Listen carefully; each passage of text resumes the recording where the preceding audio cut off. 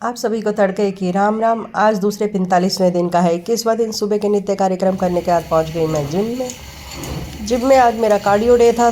तो सबसे पहले आज मैंने साइकिलिंग से शुरुआत की। साथ में मेरे भूषण भाई है, भूषण मनोहर, उनके साथ साइकिलिंग की। देखते हैं कौन कितनी देर तक चलाता है। वैसे उसका टाइम कंप्लीट हो गया है, फिर भी हमने 10 से 15 मिनट की साइकिलिंग की एक साथ। ये बहुत अच्छे हैं, ये भी फायर में इंस्पेक्टर हैं, तो थोड़ा सा फोर्स में होने से बातचीत होती रहती है।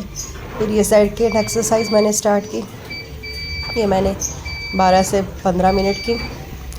वर्कआउट बहुत ज़रूरी है। हालांकि थोड़ी सी बॉडी टायर्ड है, क्योंकि संडे रेस्ट नहीं हो पाया था। संडे मेरा बिज़ी रहा, जबकि जिम ट्रेनर की साफ इंस्ट्रक्शंस है कि मशीनों को भी हम बंद रखते हैं, एक दिन के लिए आराम देते हैं, तो शरीर को भी हमें आराम देना चाहिए। बोले वॉकिंग करो नॉर्मल बाकी, लेकिन मेरा कुछ ज़्यादा ही टायर्ड रहा। आना जाना था कहीं बाहर, तो किसी फैमिली फंक्शन में जाना था, वहाँ पे गई आई और काफ़ी लेट हो गया था, तो आराम भी नहीं हो पाया।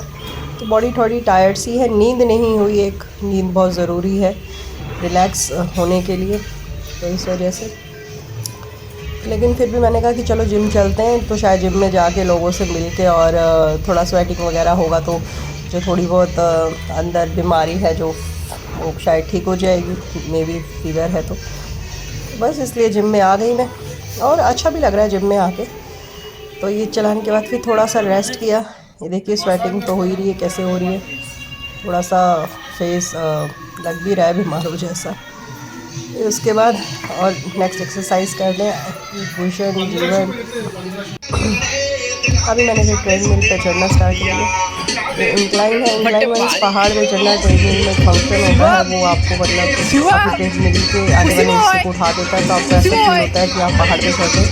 लगभग 10 से 15 मिनट पहाड़ पे चढ़ाई करी मैंने, और फिर उसके बाद में काफ़ी यहाँ जो एक्सरसाइज नहीं की, लेकिन जैसा कि मैंने आपको बताया कि थोड़ा सा ठीक सा नहीं लग रहा था, हल्का हल्का सा फील हो रहा है फीवर। तो बट फिर भी मैंने मतलब कहा चलो करते हैं। तो उसके बाद ये ट्रेडमिल पे मैंने 15 मिनट का ये वाला वर्कआउट किया। उसके बाद मैंने सोचा थोड़ी सी नॉर्मल वॉकिंग करके फिर रनिंग करूँगी। तो कुल मिला के एक्सपीरियंस अच्छा रहा। एक्सरसाइज करने से खुद भी एनर्जी सी फील होती है। तो अगर बहुत ज़्यादा बीमार है तो आप अवॉइड करें, लेकिन अगर आप कर सकते हैं नॉर्मल, आपको लग रहा है, क्योंकि आपको पता है आपके शरीर के बारे में, तो उसी हिसाब से आप एक्सरसाइज कर सकते हैं। तो मुझे तो अभी ठीक ही लग रहा है, चलते हैं। तो मैंने कहा थोड़ी देर की रनिंग कर ली जाए। लगभग 15 मिनट की मैंने रनिंग की, 10 से 15 मिनट, क्योंकि वर्कआउट का 1 घंटा तो किसी तरह एक्सरसाइज करनी ही करनी। आज मैंने नॉर्मल एक्सरसाइज और कुछ नहीं की, सिर्फ रनिंग वगैरह की और इंक्लाइन किया, साइकिलिंग की और वो वाली एक्सरसाइज की। तो जिम में कुल मिला के अच्छा लगा। और आज का तकरीबन वर्कआउट मेरा 1 घंटा 10 मिनट का हो ही चुका है। तो अभी चलते हैं घर, नहा धो के पढ़ेंगे गीता। आज का वर्कआउट हुआ ख़त्म, तो अभी चलते हैं घर जाके हम पढ़ेंगे। आज सुंदरकांड का पाठ किया हमने। आज हमने सुंदरकांड का पाठ किया। सुंदरकांड के पाठ में हमने पढ़ा, माल्यवान रावण का एक बुद्धिमान और नीति निपुण मंत्री था। वह विभीषण की बात सुनकर मन ही मन बहुत आनंदित हुआ। उसने रावण से विनयपूर्वक कहा, हे तात, आपके छोटे भाई नीति ज्ञान से विभूषित है। ये जो कह रहे हैं उसे हृदय से स्वीकार कर लीजिए। रावण ने क्रोधित होकर कहा, ये दोनों मूर्ख हैं जो शत्रु की महिमा का गुणगान कर रहे हैं। यहाँ कोई है जो इन्हें दरबार से दूर करे?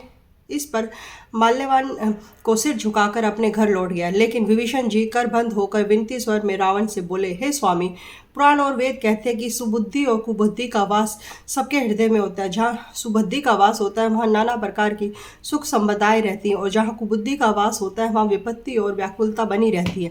आपके हृदय में विपरीत बुद्धि का वास हो गया है, इसी कारण आप अहित को अहित और शत्रु को मित्र के रूप में देख रहे हैं, जो राक्षस कुल के लिए काल रात्रि की भांति है। उन सीता जी पर आपकी अत्यधिक प्रीति है।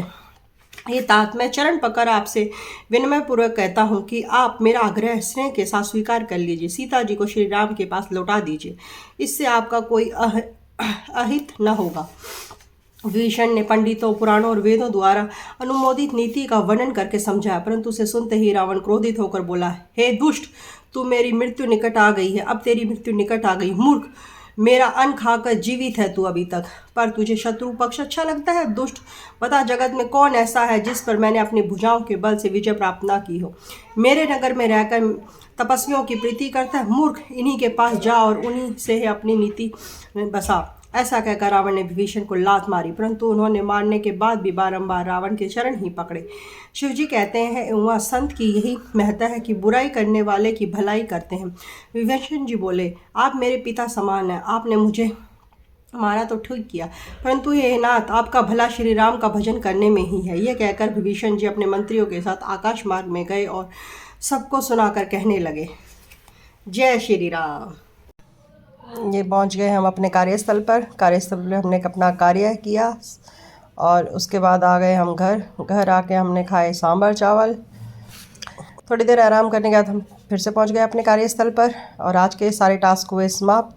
शाम को नॉर्मल वॉकिंग की, तबीयत ठीक नहीं थी। यह है आज की सेल्फी। अगर आप चैनल पर पहली बार आए तो प्लीज़ चैनल को लाइक करें, सब्सक्राइब करें, वीडियो को शेयर करें। जय श्री राम।